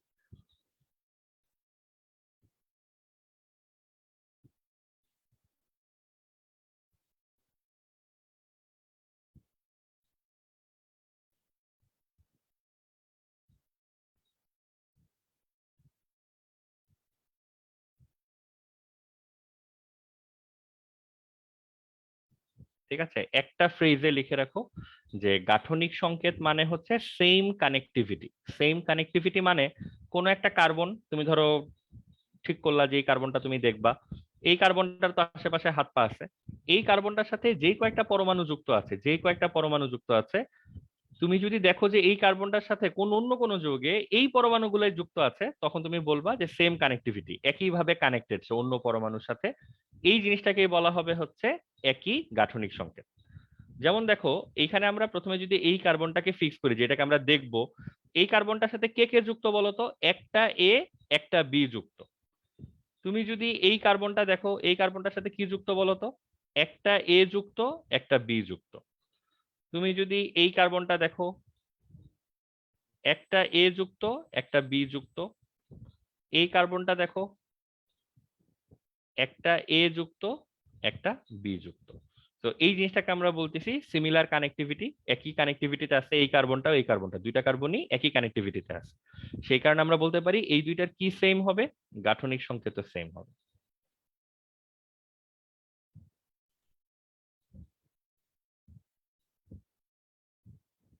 তাহলে আমরা এখন স্ক্রিনে এমন দুইটা যৌগ দেখতে পাচ্ছি যাদের আণবিক সংকেত সেম, C2A2B2 ফর বোথ। দুইটার গাঠনিক সংকেত সেম, মিনিং দুইটার কানেক্টিভিটি সেম আছে। দেন এই দুইটা যৌগের আসলে হওয়া উচিত, এই দুইটা যৌগ একই যৌগ মনে হইতে পারে অনেকে, যে একটা যৌগকে বোধহয় উল্টায় পাল্টায় দেখলে পরের যৌগটার মতো হয়ে যাবে, এরকম মনে হইতে পারে। কিন্তু ফ্যাক্ট হচ্ছে এই দুইটা যৌগ একেবারে ইউনিক এবং আলাদা যৌগ। এই দুইটা যৌগ কোনোভাবেই, মানে তুমি একটা যৌগকে এরকম আঁকা বাঁকা করে দ্বিতীয় যৌগটার মতো বানাতে পারবে না, অসম্ভব আর কি। ঠিক আছে, এই যে দুইটা যৌগ, এই দুইটা যৌগকে আমরা একটাকে আরেকটার এই যে সিস ট্রান্স আইসোমারিজম বলি। এইটাই হচ্ছে জ্যামিতিক সমানতার এক্সাম্পল। এখানে সিস মানে হচ্ছে সেম সাইড। তুমি দেখবা যে এরকম একটা এক্সিস যদি চিন্তা করো, যদি সিমিলার অ্যাটম গুলা একই পাশে থাকে, যেমন দেখো দুইটা এ একই পাশে, দুইটা বি একই পাশে, এইগুলাকে আমরা বলি হচ্ছে সিস টাইপের সমাণু। আর এই এক্সিস বরাবর দেখো এ আর বি মানে সিমিলার দুইটা, এ আর এ মিউচুয়ালি অপোজিট পাশে, বি আর বি মিউচুয়ালি অপোজিট পাশে, এগুলাকে আমরা বলি হচ্ছে ট্রান্স টাইপের সমাণু। ঠিক আছে, তাহলে সিস আর ট্রান্সের মিনিং বোধহয় কিছুটা ক্লিয়ার, যে তোমার কার্বন কার্বন যে এক্সিসটা, যদি সিমিলার অ্যাটম গুলা একই পাশে থাকে, সিমিলার অ্যাটম সেম সাইড, এটাকে বলে cis. Similar atom alternative side, এটাকে বলে হচ্ছে ট্রান্স। একই অ্যাটম যদি একই পাশে থাকে সিস, একই অ্যাটম ভিন্ন ভিন্ন পাশে থাকে, তাহলে এটাকে বলে হচ্ছে ট্রান্স।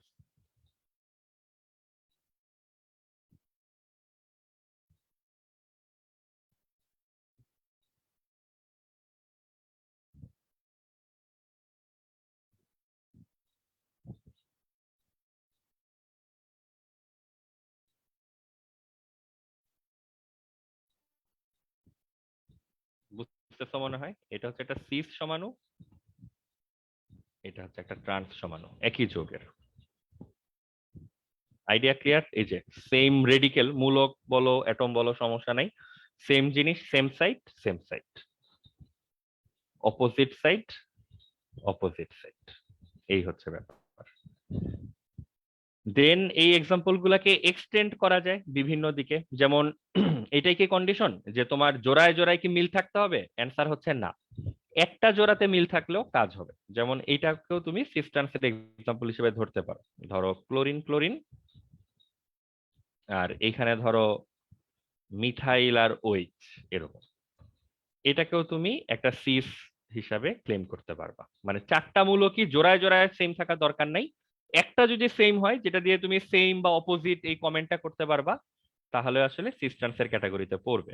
যেমন এখানে Cl CH3 OHCl, এইভাবে যদি নাও, যদিও এই রেডিকেলটাতে কোনো সিমিলারিটি নাই, বাট সেম রেডিকেলটা অপোজিট পাশে আছে, এটা দেখেই তুমি এটাকে ট্রান্স টাইপ রেডিকেল হচ্ছে বলতে পারো, ট্রান্স টাইপ সমান।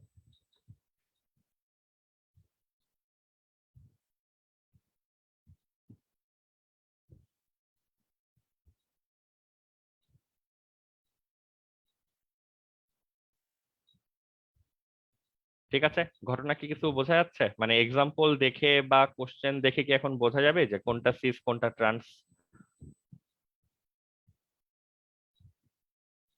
জি ভাই। লাস্ট এবং ওর্স্ট কেস হচ্ছে এরকম যে কার্বন কার্বন ডাবল বন্ডের সাথে ধরো এক্স ওয়াই পি কিউ এরকম চারটা মূলক, মানে চারটা ডিফারেন্ট ডিফারেন্ট মূলক।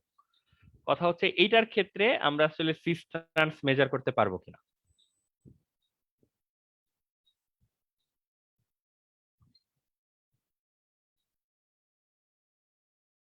বা কিভাবে করব, কারো কোনো আইডিয়া? একটা জিনিস হয়তো খেয়াল করতে পারছো যে সিস ট্রান্স বলার জন্য একটা পয়েন্ট লিস্ট আমাদের লাগে, আমরা যেন সেম সাইড অপোজিট সাইড এই কথাগুলো যেন বলতে পারি। একই এখানে তো ধরনের। কোনো সিমিলারিটি নাই, এগুলাকে কিভাবে আমরা সেম বা অপোজিট হচ্ছে বলতে পারবো? তো এইটার জন্য বেসিক্যালি সিস ট্রান্স বলে কিছু ছিল না একটা লম্বা সময়, বাট দেন আমরা এই যৌগগুলাকেও সিস ট্রান্সের মধ্যে নিয়ে আসার চেষ্টা করলাম, সেটা একটু অদ্ভুত উপায়ে। সেটা হচ্ছে আমরা এই এক্স আর পি এই দুইটার আণবিক ভর মলিকুলার মাস ওইটা হচ্ছে নেওয়ার চেষ্টা করব কোনটা হেভি। তো ধরো এই দুইটার মধ্যে এইটা হচ্ছে হাই, এটা হচ্ছে লো। এই দুইটাকে আবার আমরা মেজার করব, দুইটা দুইটা করে মেজার করব। ওয়াই আর কিউ এর মধ্যে যদি দেখি যে এইটা হাই এটা হচ্ছে লো, তখন বলো তো এটাকে কোন ধরনের সমাণু বলা যাবে?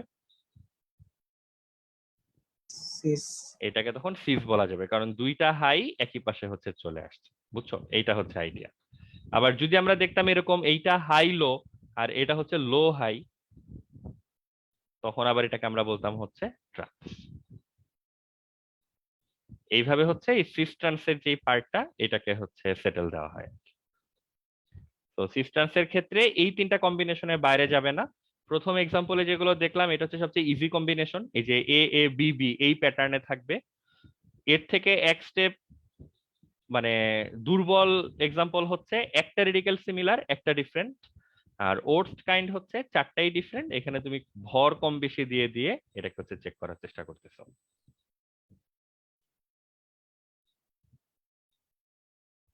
ঠিক আছে, বোঝা যাচ্ছে কাহিনী কিছু? আর এইখানে এই যে আমরা বলতেছি না যে ধরো এই কম্পাউন্ড গুলাকে দেখতে কাছাকাছি মনে হচ্ছে, একই রকম মনে হচ্ছে, বাট স্টিল ওরা ডিফারেন্ট। আমরা তো একটা কথা বারবার বলতেছিলাম যে দেখতে যতই কাছাকাছি মনে হোক স্টিল যে এরা ডিফারেন্ট এটা কোনো না কোনো ভাবে কিন্তু তোমার জানা থাকতে হবে। তো এই যে কম্পাউন্ড গুলি আমরা নিচ্ছি সিস আর ট্রান্স, ইভেন দো এদের অ্যাটমিক বা মলিকুলার ফর্মুলা এদের স্ট্রাকচারাল ফর্মুলা সব হচ্ছে দেখতে একই রকম, বাট কিভাবে আমরা বুঝতেছি এই কম্পাউন্ড গুলা যে আসলে ডিফারেন্ট কম্পাউন্ড?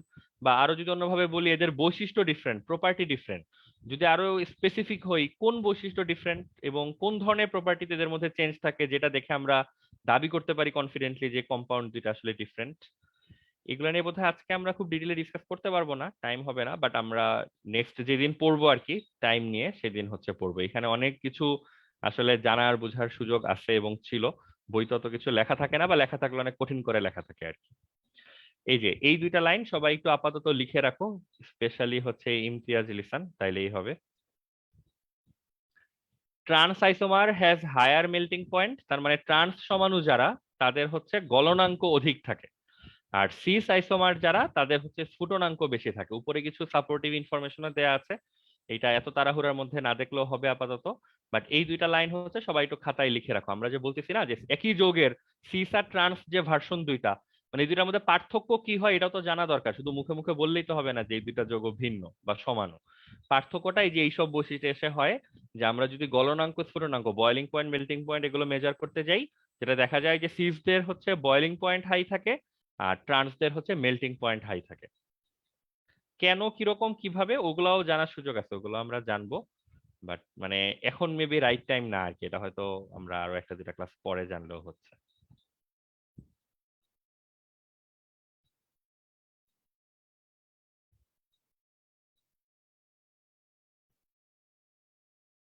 ইমতিয়াজ লিসান কি এই ঘটনা বুঝছো কিছু? জি ভাইয়া। ঠিক আছে, এইটা হচ্ছে সিস ট্রান্স।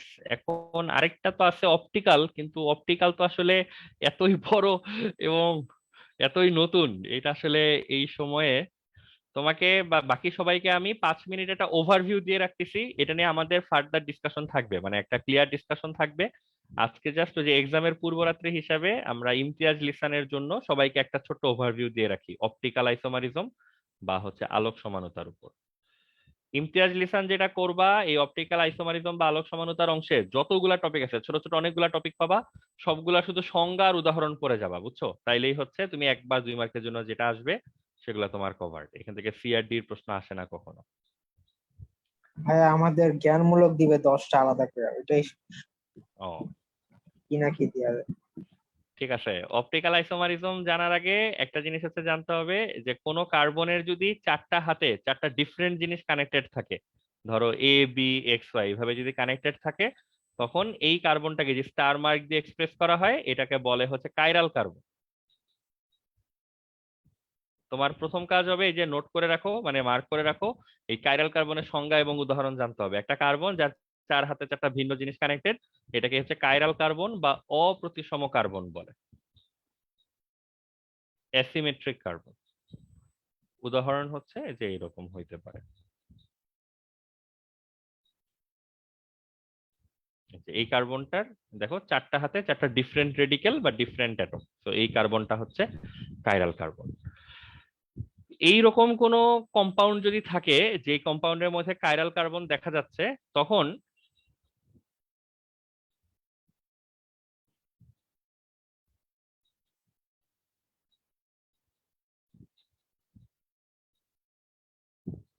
তুমি এই দুনিয়াতে এরকম একটা যৌগ যদি খুঁজে পাও, ধরো এই যৌগটা তোমার কাছে আগে থেকেই ছিল, তুমি এরকম একটা যৌগ হচ্ছে খুঁজে পাইলা, তার মানে এই দুইটা যৌগ কিন্তু আমরা ডিফারেন্ট যৌগই দাবি করতেছি, যে লাইক একটা তুমি ঢাকায় পাইছো, একটা ধরো তুমি চিটাগং এ যে তুমি এই যৌগটার সন্ধান পেলা। এই দুইটা যৌগ দেখে গিয়ে তোমার সামহাও সিমিলার মনে হবে না, যে একই মূলক গুলাই কানেক্টেড, একই রেডিকেল গুলাই কানেক্টেড? দেন তুমি যদি একটা কম্পাউন্ডকে আরেকটা কম্পাউন্ডের উপরে নিয়ে বসানোর চেষ্টা করো, দেখবে যে বসতেছে না, মানে সামহাও কিছু রেডিকেল এলোমেলো হয়ে যাচ্ছে, একটার উপর আরেকটা কমপ্লিটলি বসবে না কখনো।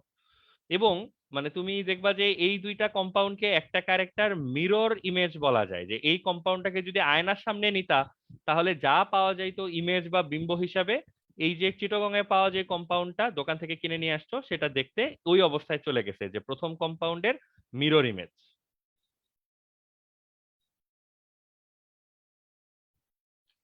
এরকম কোন কম্পাউন্ড যদি কখনো এক্সিস্ট করে দুনিয়াতে, যে একটা কম্পাউন্ড কাইরাল কার্বন বিশিষ্ট, এক, সেকেন্ডলি সে অন্য একটা কম্পাউন্ডের এমন ভাবে রিলেটেড যে প্রথম কম্পাউন্ডের মিরর ইমেজ হচ্ছে দ্বিতীয় কম্পাউন্ডটা, এবং দুইটা কম্পাউন্ডকে একটার উপর আরেকটা যখন বসানোর চেষ্টা করবা, তখন এরা কোনোভাবেই কানায় কানায় মিলে যাবে না, ইংলিশে যেটাকে আমরা বলি সুপার ইম্পসিবল না, একটার উপর আরেকটা সমাপতিত হবে না, যে সর্বসম টাইপের ওইটা হবে না কখনো। এই টাইপের ঘটনা যদি কখনো ঘটে, তখন একটা যৌগকে আরেকটা যৌগের হচ্ছে আলোক সমাণু বলে। এই দুইটা কম্পাউন্ড হচ্ছে একটা আরেকটার optical isomer.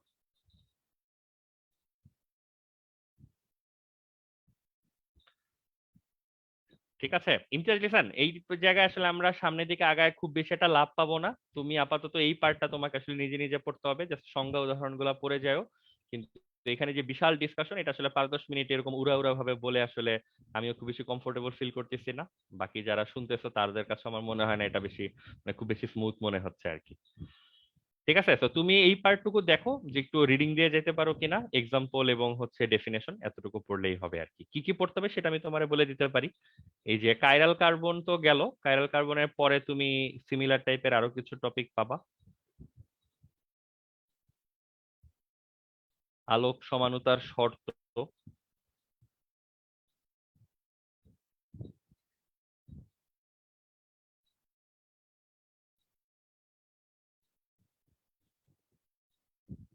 এনানশিওমার, racemic mixture, meso compound,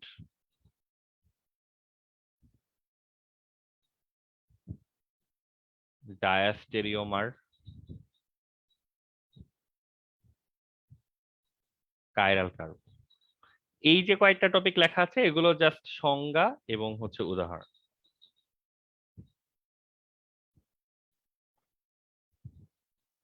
ঠিক আছে, এটা যদি দেখে যেতে পারো তাহলে তোমার ওই জ্ঞানমূলক বা 1-2 মার্কের জন্য যে রিকোয়ারমেন্টটা ওইটা আশা করা যায় কভার হয়ে যাবে। আচ্ছা ধন্যবাদ। ঠিক আছে, তো আজকে আমরা আরো সামনে না আগাই, আজকে আমরা একটু এলোমেলো ভাবে আমাদেরকে পড়তে হইলো, সমস্যার কিছু নাই। আমরা দুইটা পার্ট সামনে একটু সেপারেটলি দেখবো। আমরা অ্যালকোহলের পার্টটা আসলে শেষ করে ফেলবো, একটু বাকি আছে অ্যালকোহলের পার্টটা। এরপর আমরা একটু মনোযোগ সহকারে এই অপটিক্যাল এবং সিস্টার্স সমানুতার যে অংশটা, এটা একটু সময় নিয়ে আর কি আমাদেরকে পড়তে হবে। এখান থেকে প্রশ্ন খুব বেশি আসবে না, প্রশ্ন আসবে কম কম, কিন্তু জিনিসগুলা বেশ ডিসকমফোর্টেবল আর কি। মানে তোমরা যদি কেউ নিজেরাও পড়ার চেষ্টা করো, দেখবো যে প্রচুর কথাবার্তা বলা আছে, যেটা আবার মানে খুব পরিষ্কার পরিচ্ছন্ন ভাবে বোঝা যাচ্ছে না ওরা আসলে কি বলতে চায়। তো আমরা ট্রাই করবো তোমাদেরকে কিছু ইভেন ভিডিও টিডিও দেখায়, জিনিসটা যেন পিকচারটা অ্যাটলিস্ট ক্লিয়ার থাকে, নিজে নিজে যেন দু চার লাইন হচ্ছে লিখতে পারো আর কি। ঠিক আছে, তো আজকে যতটুকু হইলো ততটুকু তোমরা একটু বাসায় দেখতে থাইকো। যদি এতটুকুর উপর কোনো প্রশ্ন থাকে আমরা ইনশাল্লাহ ক্লাসে ওই প্রশ্নগুলো সলভ করার ট্রাই করব। আর যেটা যে পথে আগাচ্ছিল ওটাকে আমরা ওই পথে নিয়ে ক্লোজ করার চেষ্টা করবো আর কি। ঠিক আছে, তাহলে আজকে এই পর্যন্ত থাকুক, সবাই তাহলে একটু বাসায় পড়তে টড়তে থাকো, প্র্যাকটিস করো, আর আমরা নেক্সট ক্লাসে দেখি কোন দিকে কি পড়া যায় আর কি। ঠিক আছে, আল্লাহ হাফেজ সবাইকে আজকের জন্য, থ্যাংক ইউ। আসসালামু আলাইকুম ভাইয়া। ওয়ালাইকুম আসসালাম।